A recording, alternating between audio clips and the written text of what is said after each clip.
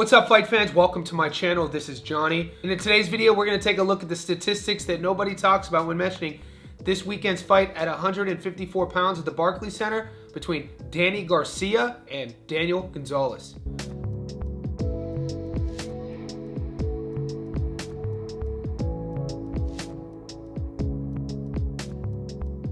Guys, before I continue, I want to say thank you to all the new subscribers. Thank you to everybody who's been with me since day one. If you haven't already, could you please remember to hit subscribe? Could you also give me a thumbs up on this video? Find the notification button on my channel. Click that so you never miss a video and you never miss a live stream. Also, pinned in the comment section below is a link for you to become a Johnny Says Boxing VIP. There's a couple different levels to that membership.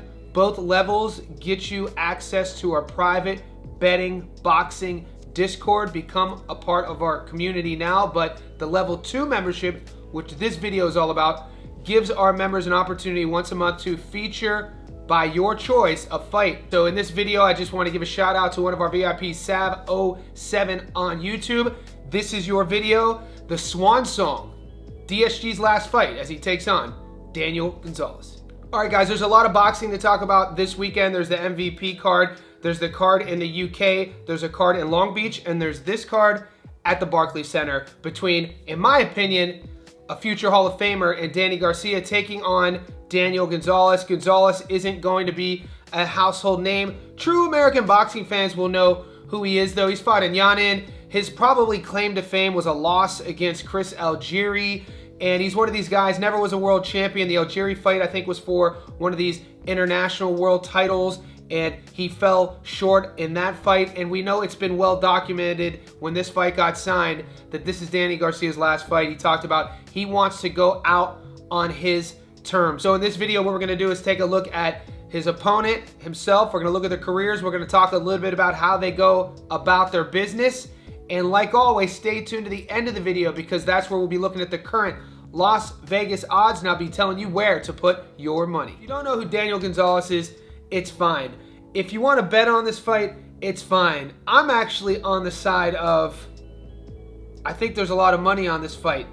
Basically, how it's set up, why it's happening, we know who's promoting it, we know what it's all about. I gotta be honest, the biggest controversy about this fight is probably that it's behind a paywall, it's a pay-per-view package, and at this moment, it's 40 bucks. But in this day and age of boxing with streaming platforms like DAZN, streaming platforms like down here in Australia, KO Sports, and all other ones, it's gonna be interesting to see post-fight how this fight does behind that $40 pay-per-view paywall. Garcia said he did not want to go out how he went out the last time we saw him. We covered that fight. It was his opportunity to step up and become a 3-division world champion. He took on Erislandy Lara at 160 pounds, the current champ, and he got stopped for the first time in his career. When that fight got signed, a lot of us were like, wow, how did DSG get this fight? You know, we thought that his career was pretty much over before that fight. Since 2019, he's only had a handful of fights. He wasn't an active guy. We do know he is a 2-time former world champion. He has some amazing scalps on his name. His resume is very strong. So in our private Discord and in my Facebook boxing group, I talked about, I think Garcia is a future Hall of Famer. I think it's hands down he's a future Hall of Famer. And some of the people were pushing back on that. When I put a poll up on my Instagram, it was about 70-30, 70 saying yes, 30% saying no. So right now, I'm gonna pull out his resume and we can look at this together. Just wanna take a quick look literally over what he's done, who he's fought, and how he's gone about his business. 37-4, 21 knockouts. I told you the first time he got stopped was in his last fight. He's 37 years old, but look who he's fought. But we really want to look at the Errol Spence Jr. fight and beyond. So he fights EJ in 2020, loses a unanimous decision. Has a win over Red Catch, win over Granados, lost to Porter in a 12-rounder, knocked out Rios. He has Keith Thurman on his resume, which he lost a close split decision. He beat Robert Guerrero, the Ghost, to become a world champion again. He had knocked out Paulie Malignaggi, Lamont Peterson. Matisse is a good name on the scale. Fab Judah, Amir Khan. We know both fights with Eric Morales. The second one was a brutal knockout. So what I'm talking about is when you add up all of these things, when you put together his resume, his total record, when you talk about how many former world champions he's fought, how many he's beaten, he himself is a 2-division world champion. I think DSG is a Hall of Famer. In the comment section below right now, let me know what you think. Do you think the DSG gets in when he finally retires and it's time for the votes to come in? Right now, let's take a look at his opponent, Daniel Gonzalez, and see what he's been up to in his career. Guys, Daniel Gonzalez is 22-4-1. Of his 22 wins, 7 of them come by knockout. Of his 4 losses, he's been stopped once. He has 1 draw. He is not currently ranked in the welterweight division. This fight is at 154 pounds. He's fought a total career of 165 pro rounds and carries into the ring a 32% career knockout to win ratio. His adoring fans know him as El Gallo, and the American is a 5'8" orthodox fighter with a 68-inch reach. He was born and raised in Woodhaven, Queens, New York, USA. We last saw him fight in 2024 against Michael Anderson, 24-3, won a UD in the 10th. Keen McMahon, 7-3, won a UD in the 8th. Galdino, 11-5, lost a split in the 8th. And Yanin, 15-2, lost a majority decision in the 10th.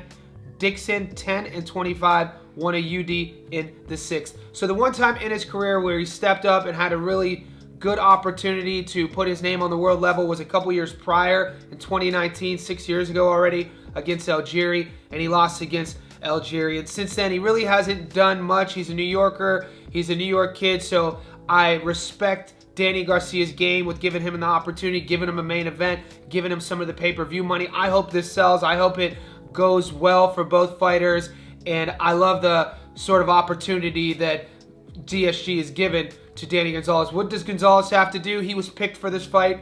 We know that that's not a shocking statement. DSG handpicked him. He's not a big puncher. He's not a knockout artist. His style, what he brings to the table, the recipe of how he operates, score points, win rounds, I think it's going to be pretty much set up for DSG to win this fight, whether decision or stoppage. We're going to get into the odds right now, but before we do that, I want to remind everybody, I do live streams every single day. In those live streams, we go over my underdogs picks of the week. We go over and unders, knockout props, long parlays, all that good stuff. Remember, you have to watch the live streams and join the Discord to get all of my picks. These stats don't live videos, you're only going to get my money line prediction.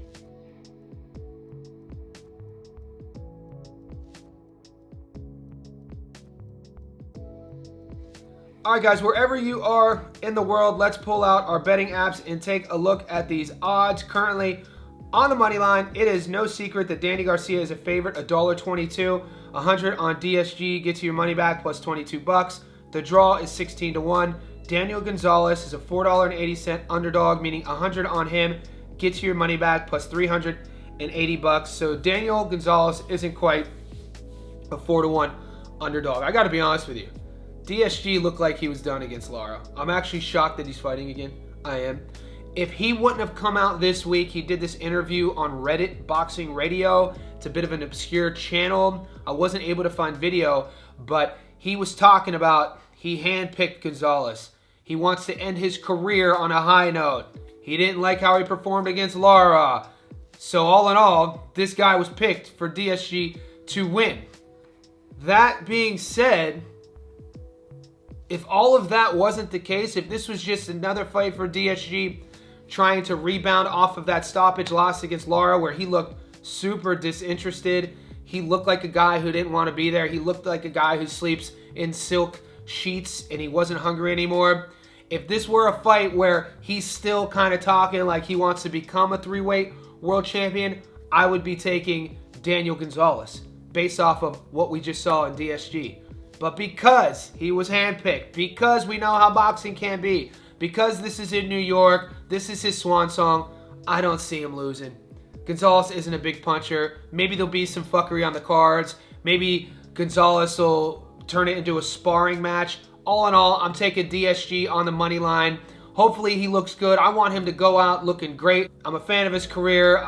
If I had a vote, I would put him into the Hall of Fame. So I want to see him go out on the right track. Let me know what you think in the comment section below. Do you think that this decision by handpicking Gonzalez is going to backfire? Do you think Gonzalez being the 4-1 dog is good money?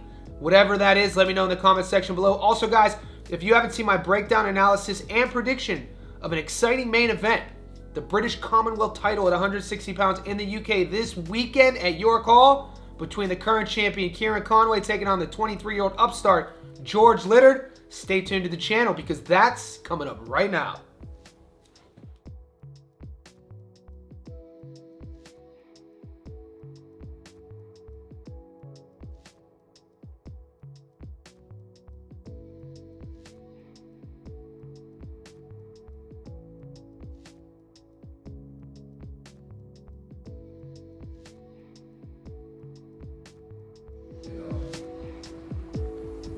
Who? He knows exactly who I am. And if he doesn't, that's even scarier for him. The people that have been put in front of him, they're there to make him look good. It's too soon for him.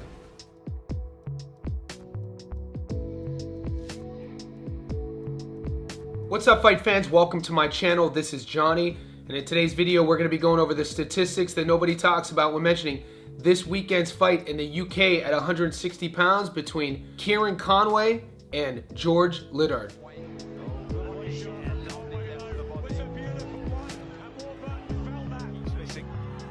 Liddard keeps landing and he goes down a second. How 8 rounds will suit him. He won't have to rush his work. Oh, big run. Guys, before I continue, I want to say thank you to all the new subscribers. Thank you to everybody who's been with me since day one. If you haven't already, could you please remember to hit subscribe? Could you also give me a thumbs up on this video? Find the notification button, click that so you never miss a video or a live stream. Also, join our Johnny Says Boxing Insiders VIP membership. That link is pinned in the comment section below. It's a couple bucks a month. It gives you more accessibility on my channel, on my live streams, also to myself on my social medias, things like Instagram and Facebook. More importantly, you become a member of our private professional boxing betting Discord. Click that link. All right, guys, there are some interesting fights going on all throughout the world. Danny Garcia is fighting in his farewell in the United States. There's also some really good fights in Long Beach, California. But in today's video, we're going to be breaking down a British Commonwealth title fight at 160 pounds, both sitting there at the top of the pecking order at 160 pounds in the UK. We're obviously talking about Kieron Conway and George Liddard. So in this video, what we're going to do is break down both fighters. We're going to talk a little bit about their careers. We're going to talk about their styles. Also, like always, stay tuned to the end of the video because that's where I'll be going over the current Las Vegas odds, and I'll be giving you my prediction and telling you where to put your money. All right, guys, all week I've been sending messages out. I've been obviously doing my film study in preparation to this video and breaking it down to give you my prediction, but it is a coin toss. The odds makers have it almost at a 50-50.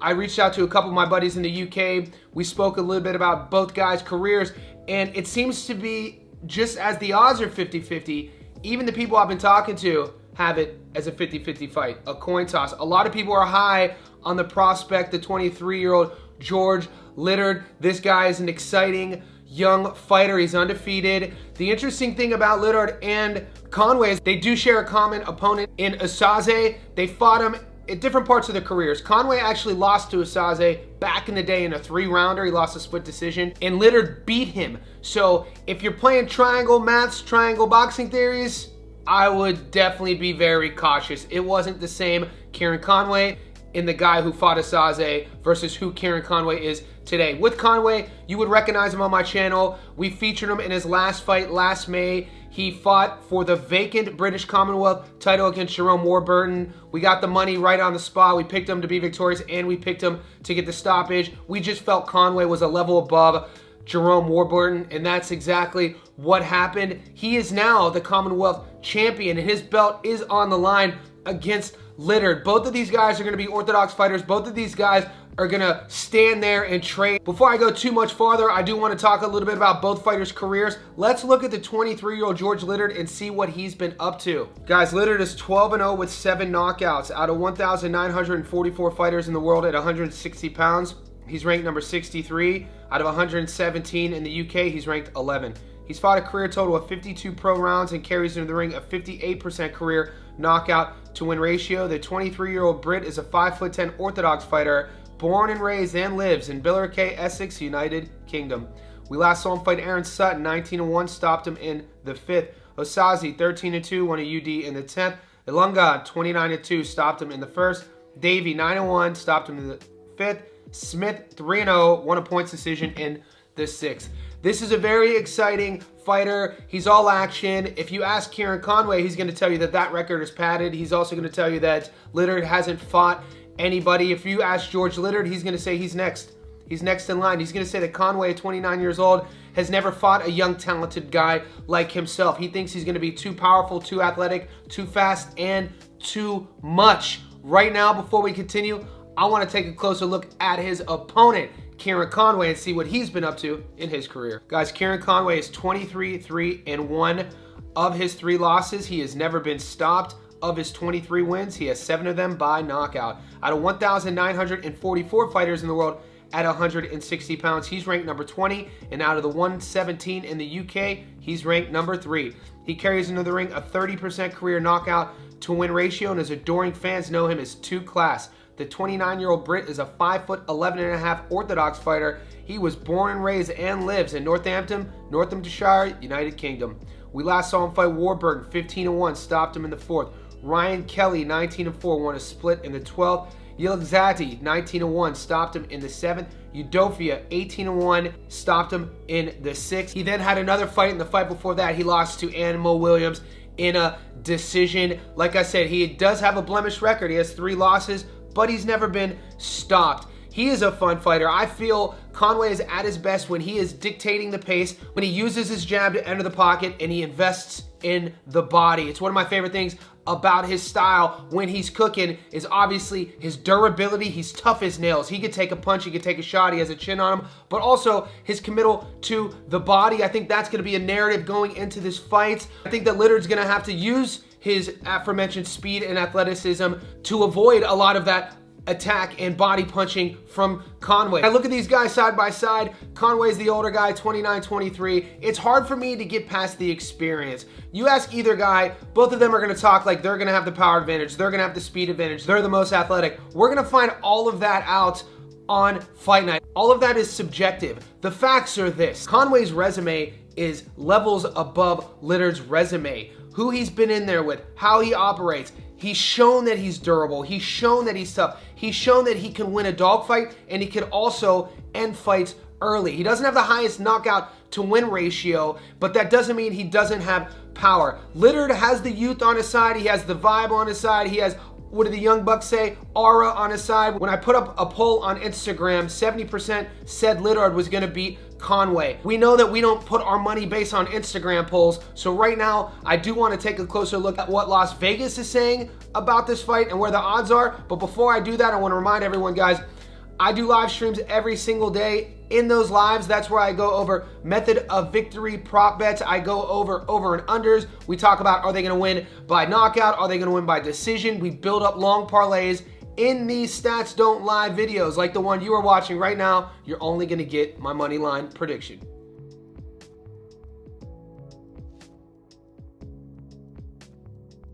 Guys, wherever you are in the world, let's pull out our betting apps. I told you guys a couple weeks ago, I have switched over to Bet365 down here in Australia. I was using Sportsbet. The good thing about Bet365 is that with all of the draws recently in boxing over the last 6 months, we've seen a lot of them.